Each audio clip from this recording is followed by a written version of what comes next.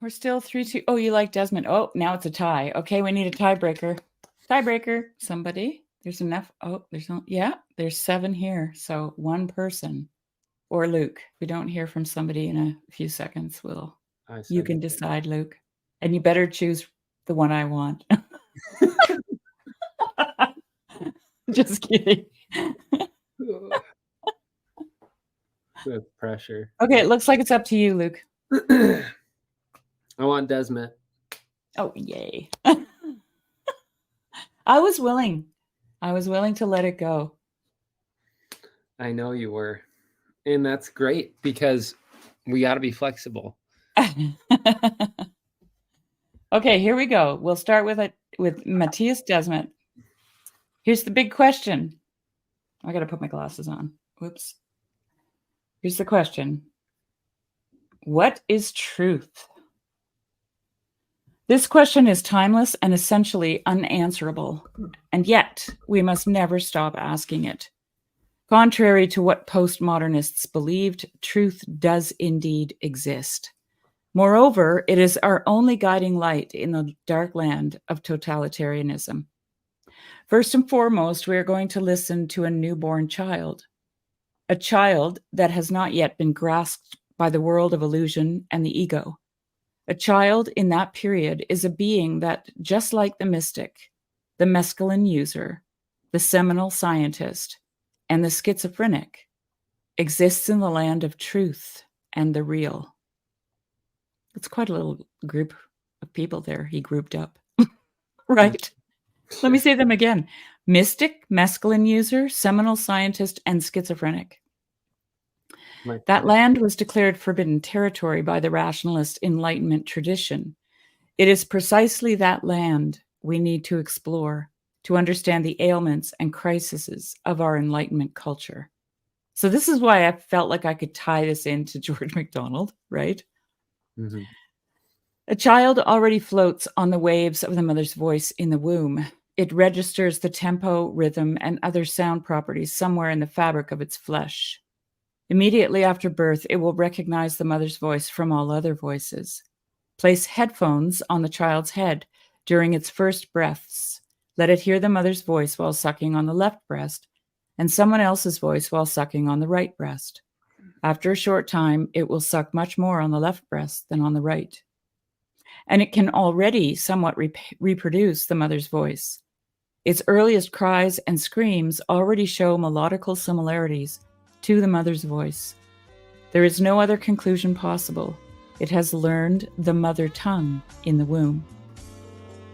After birth, the learning process continues. The child imitates the mother's facial expressions and mimics her sounds. While lying in its cradle, it sees a procession of maternal symbols at its zenith: facial expression, body posture, and sounds.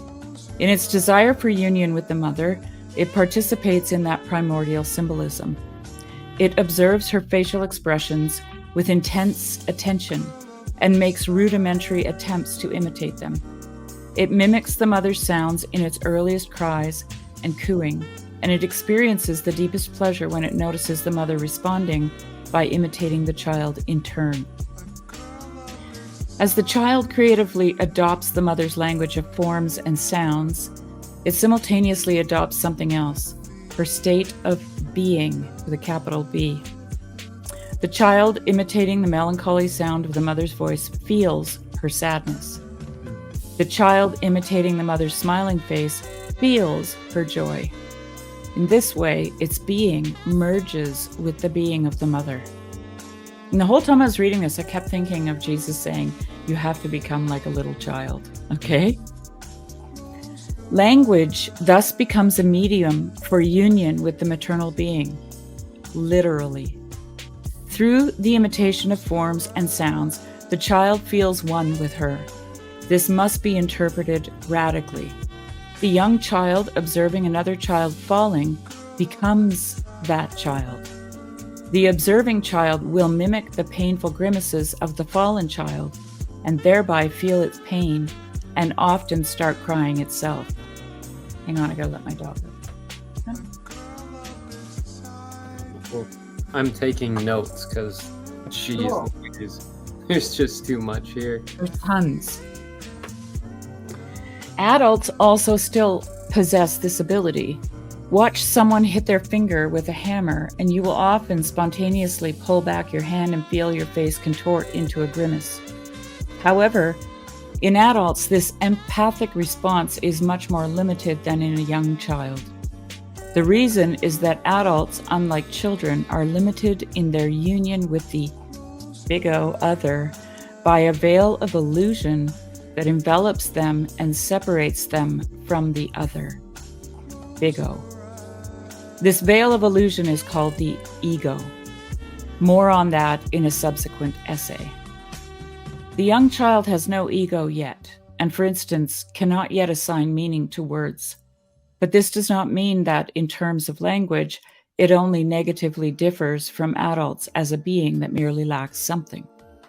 In some respects, a child can do more than an adult. It has a learning and absorbing ability that an adult can only dream of.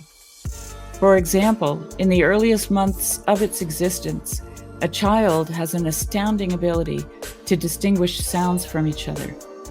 In 2 weeks, it can learn to distinguish all the phonemes of all the languages in the world from each other. Imagine that. In 2 weeks, it can learn to distinguish all the phonemes of all the languages in the world from each other. In comparison, an adult could not achieve this in years. And the most interesting part is this. This rapid learning process only occurs when the child listens to a physically present big O, other. So other is just always going to be big O. It will not occur when the child listens to audio or video recordings. Wow. Under those circumstances, the linguistic sounds do not seem to really interest the child.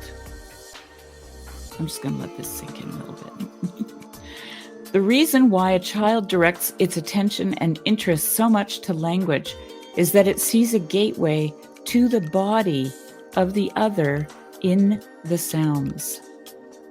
It wants to connect to that body. Imitating its sounds is a way to achieve that. In a sense, the child uses language for the same purpose as football supporters when they sing together, to experience the pleasure of a resonant connectedness. This shows us, again, language is originally a medium used to connect animated bodies with each other. Here we see a radical difference from the transhumanist view of language. Transhumanists see language merely as a means to convey information in a rational way. Quote, humans became the most powerful animals on Earth because they could exchange information more efficiently through language. See Harari. And through merging with technology, humans can optimize that ability. With a Neuralink in the brain, humans will communicate perfectly. No more eternally incorrect human language. No more endless sources of half-understanding and complete misunderstandings. No more stuttering and stammering of people with limited verbal capacities.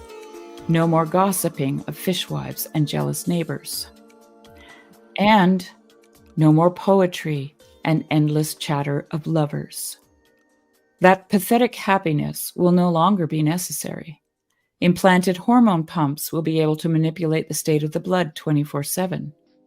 Homo Deus will spend his life in a state of constant biochemically induced happiness. Want to experience the intoxication of love? The ecstasy of gazing at vast mountains? The tenderness of a young mother nursing her child? It is merely a matter of pressing the right button, and the right pump will be activated. Transhumanism, in its ideological fanaticism, overlooks something. It even overlooks the essence of language. Information exchange is not the primordial function of language. In the beginning, language carries no meaning at all and refers to nothing. In the beginning, language is the bearer of the soul, with a capital S. It is pleasure and love. It is primarily a sonic phenomenon that creates connection through resonance. In the mother's voice, the music of paradise sounds. The door to paradise opens, singing along with the mother's song. And the mistake of transhumanism goes beyond that. Transhumanism sees all life, every form of exchange of an organism with its environment, actually as a form of information exchange or data exchange. The phenomenon of life is seen as an algorithmic process in biological hardware. An organism that eats actually exchanges information or data with its environment. The organism transforms the food according to a certain algorithm. Harari coined the term dadism for this ideology. Every organism, including human beings, is a kind of processor that performs algorithmic transformations on its environment. And that processor can be reprogrammed. Humans are hackable animals. Just wait a little longer, and we will have fully mapped out the laws of the data stream of life, and will surpass ourselves by reprogramming ourselves much better than nature programmed us. The experiential world of the young child shows us a completely different universe. A universe that is not an electronic crackling of data streams between processors, but a universe that is a gently undulating sea of love and connectedness between singularities that are one with the all. And the destiny of humans is not to become a sort of hyper-efficient, information-exchanging cyborg, but a being that resonates with the mystical form, language, nature, a being that relates more or less harmoniously to the all from which it originated. Back to the child, who can learn to distinguish phonemes from one another at an astounding rate. Where does this spectacular learning ability of a young child come from?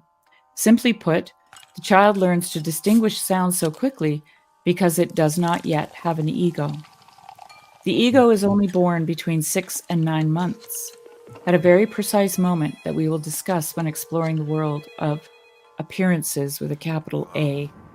And I mean, when I saw that word there, I got really excited because I wondered if Desmet is reading Barfield. Hang on. Okay. It is this egoless state that allows the child to subtly and directly let the strings of its body vibrate with the sounds made by the other. An adult can hardly imagine this egoless state of the child, except in a few specific states. One of these states was masterfully described by Aldous Huxley in his book, The Doors of Perception, after which the 60s group The Doors was named. Another thing I didn't know. Mescaline is a substance derived from the root of the peyote cactus. The Indians of Mexico and southwestern United States have used the root since time immemorial and revered it as a deity because it led them to a state in which they recognized both their origin and their destination. That's like an alpha and omega thing, right? The beginning and the end. Mm-hmm. Those who use the root experience a state of deep union with the soul of all objects around them. One no longer looks at light. One becomes a light particle. One no longer observes other people. One becomes the other person, and so on. This great union is paradisiacal in nature. The soul is completely absorbed by the shapes and colors of certain objects. The folds in velvet, the deep blue of lapis lazuli. Huxley noted that one would certainly die of hunger if the mescaline trance did not stop. The endlessly wide calm and unfathomably deep satisfaction that the soul experiences in its contemplation are such that no one would be able to turn away to, say, look for food. Huxley broadly equated the mescaline experience with the mystical experience. The great mystics like Meister Eckhart, St. John of the Cross, and Hildegard von Bingen describe the essence of the mystical experience in the same way. One becomes one with the all, one with the universal soul. It is from the experience of unity among all singularities that the great religious principles self-evidently emerge. Quote, love your neighbor as yourself. You are the other.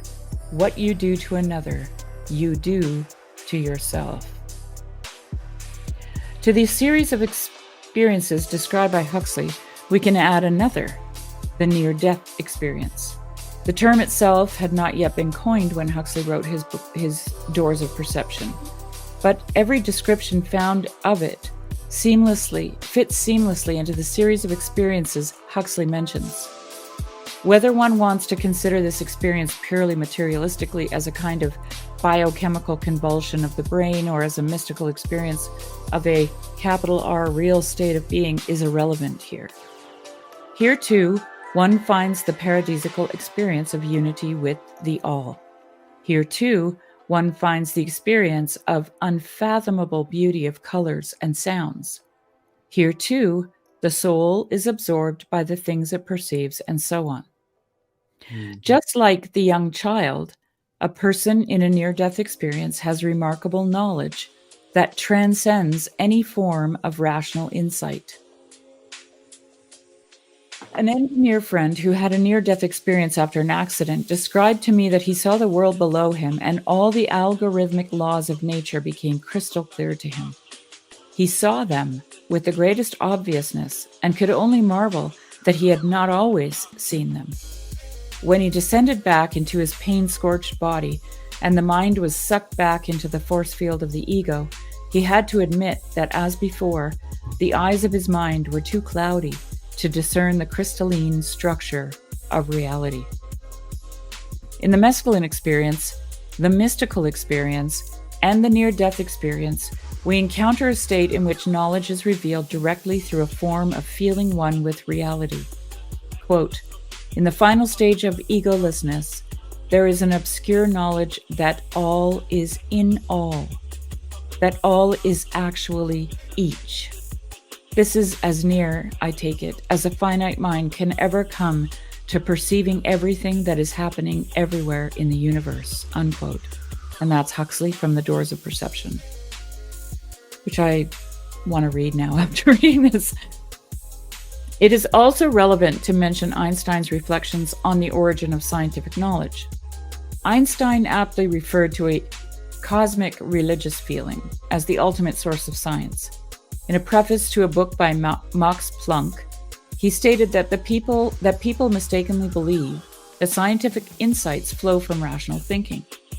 According to him, and this is Einstein, they flow from intuition and an ability to einfühlen, a German term that literally translates to feeling one or empathy. And this is a quote from Einstein. Thus, the supreme task of the physicist is the discovery of the most general elementary laws from which the world picture can be deduced logically. But there is no logical way to the discovery of these elementary laws.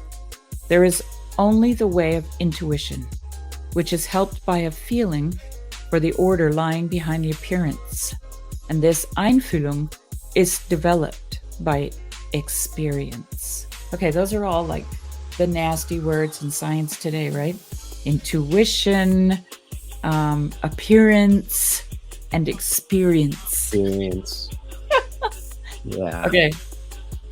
In The Doors of Perception, Huxley thus explores the counterpart of the totalitarian paradise he described in his iconic novel, Brave New World. Totalitarianism always fanatically believes it will create a paradise for humanity. Hitler believed so much in the paradise of his racially pure Aryan society that he deemed it justifiable to make millions of victims.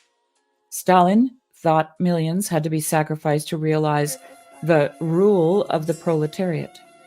The hallmark of the totalitarian paradise is always that humanity believes it can realize it itself, particularly through the ruthless application of rationalist ideology. In the case of Hitler, it was a eugenic theory. In the case of Stalin, it was Marx's historical materialism. Today, Harari presents us with this totalitarian paradise. This time, it is the transhumanist ideology that provides the plan for it. Humanity will enter it by merging with technology, and it will be centrally coordinated. Even the cyborg needs a state. Someone must coordinate and direct, preferably not a human. A central computer, constantly getting smarter through artificial intelligence, will monitor and optimize the psychological and physical state of the citizen via nanoparticles in the blood. Freud thought that governing is one of the impossible professions, but the great AI statesman will change that. The society, that writhing, chaotic heap of bodies, will become a flawlessly functioning internet of bodies through the triumph of reason. No more depression and anxiety attacks. Anxiety and stress hormones, serotonin and oxytocin, will be kept at the perfect level by hormone pumps in the vein walls. Also, no more crime. Criminal neural patterns will be detected and neutralized at an early stage. And if necessary, the bionic joints of cyborg beings with hard-to-manage blood values can still be remotely locked. The cyborg human will finally transcend its existence, tormented by irrationality. It will flawlessly register reality through cameras that replace the always cloudy lens of the eye and microphones that are not bothered by selective deafness and tinnitus. The hyper-accurate data stream thus provided will be stored in its hard drive augmented memory and communicated perfectly rationally and without bias to other cyborg humans via an embedded brain chip. This paradise will be eternal. If a part of the cyborg human wears out, it is simply replaced, and the human mind and soul, meaningless byproducts of the biological hardware of its brain, are stored on a hard drive and, if really necessary, uploaded into a new laboratory-grown cyborg body. Hannah Arendt already pointed out, the only problem with that totalitarian paradise, is that it looks so suspiciously like hell. It is striking the paradise Huxley explores in The Doors of Perception is in most respects precisely opposed to the totalitarian paradise. The totalitarian paradise is the result of rational thinking. It arises when rational understanding is complete and the ability to control and manipulate reality is maximal.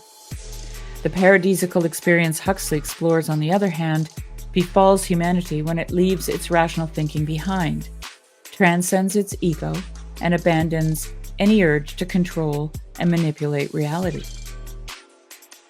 The person merges with being, to the extent that any attempt to know rationally can only detract from the awareness of it. The knowledge that humanity receives in this paradise is not rational knowledge. It is an empathetic knowing that essentially arises from a direct experience of the being of things. When what is experienced, there is the real ground of things that great painters like Vermeer and Braque captured on canvas. It is the mystical essence to which Blake devoted his oeuvre.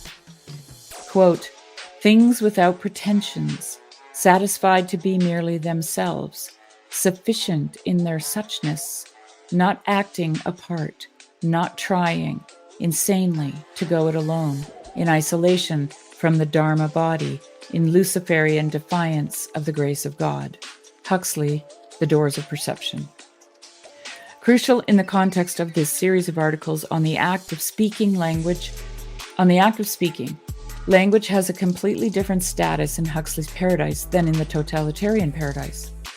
In the totalitarian paradise, language is purely an exchange of information. In the experiences described by Huxley, the exact opposite applies. He describes it vividly. In the mescaline experience and in the mystical experience, one does not care about the meaning of words and symbols. That does not mean that language in that state becomes indifferent. On the contrary, another dimension of language comes to the forefront. Words come indirectly.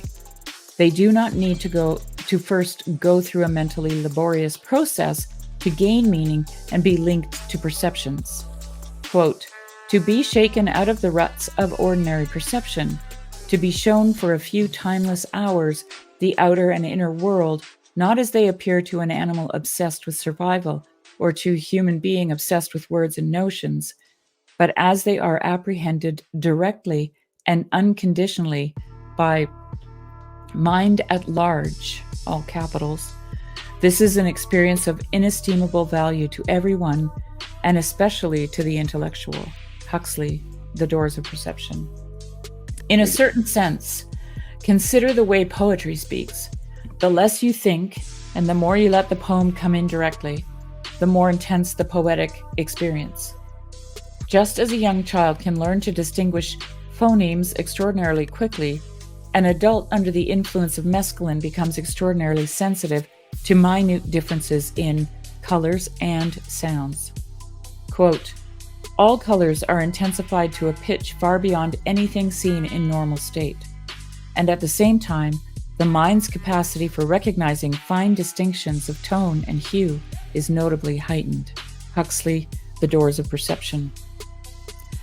In the egoless state, language is thus not so much a system for exchanging information. It speaks rather through its sound musical dimension, through its formal characteristics. In this state, language is stripped of all meaning. It wells up directly from what lives in the animated body. It testifies in its rhythm, sound, bouncing and stuttering to the soul as it slumbers in the tensions of the fibers of the speaker's animated body. The child listening to the mother and receiving her sound feels the mother in its body pulling her soul inward through the sounds. And the child who speaks itself transports its own soul to the other through the sounds it makes. This pure emotional dimension of language largely disappears as soon as words begin to carry meaning and refer to objects. From this exploration, we derive a core characteristic of sincere speaking. In a sense, sincere speaking takes us back to the core of our being, capital B. Before, it was covered by social conventions and meaning. Sincere speaking is done primarily from the feeling animated body, much less from the head. It is an emotional speaking rather than a thinking, rational speaking. One who speaks before thinking is more sincere than one who first surrenders too much to consideration about what is right to say, about what must, may, and can be said. Practicing the art of sincere speaking largely comes down to this: connect with what slumbers and vibrates in the fibers of your animated body. Let it form words, and speak those words before they are distorted by thoughts and censored by social convention. You certainly cannot follow this rule everywhere and always, and it is certainly not enough to define truth, but it does touch on a core aspect of it. It is this kind of speaking that penetrates through the veil of appearance and literally perforates holes in the ego through which resonating connections between animated bodies are established. It is this kind of speaking that realizes a true human bond. It is this kind of speaking that increases the intuitive sense of the human being. There you go. Okay, I'm going to put a link in the chat, so if anybody is dying to come in and talk about this, jump in with us, because that would be fun. Thank you for reading all that, Sherry. Isn't that amazing? Yeah. Yeah, I didn't sign up for that. I mean, we're not going to talk about every aspect of it, but... No. I mean, what jumped out? Like, you could practice right now. You could practice the... the intuitive emergence of this. What did he call it? Authentic? No. He says... Connect with what slumbers and vibrates in the fibers of your animated body. Let it form words, and speak those words before they're distorted by thoughts and censored by social convention. I should be literally doing jumping jacks right now.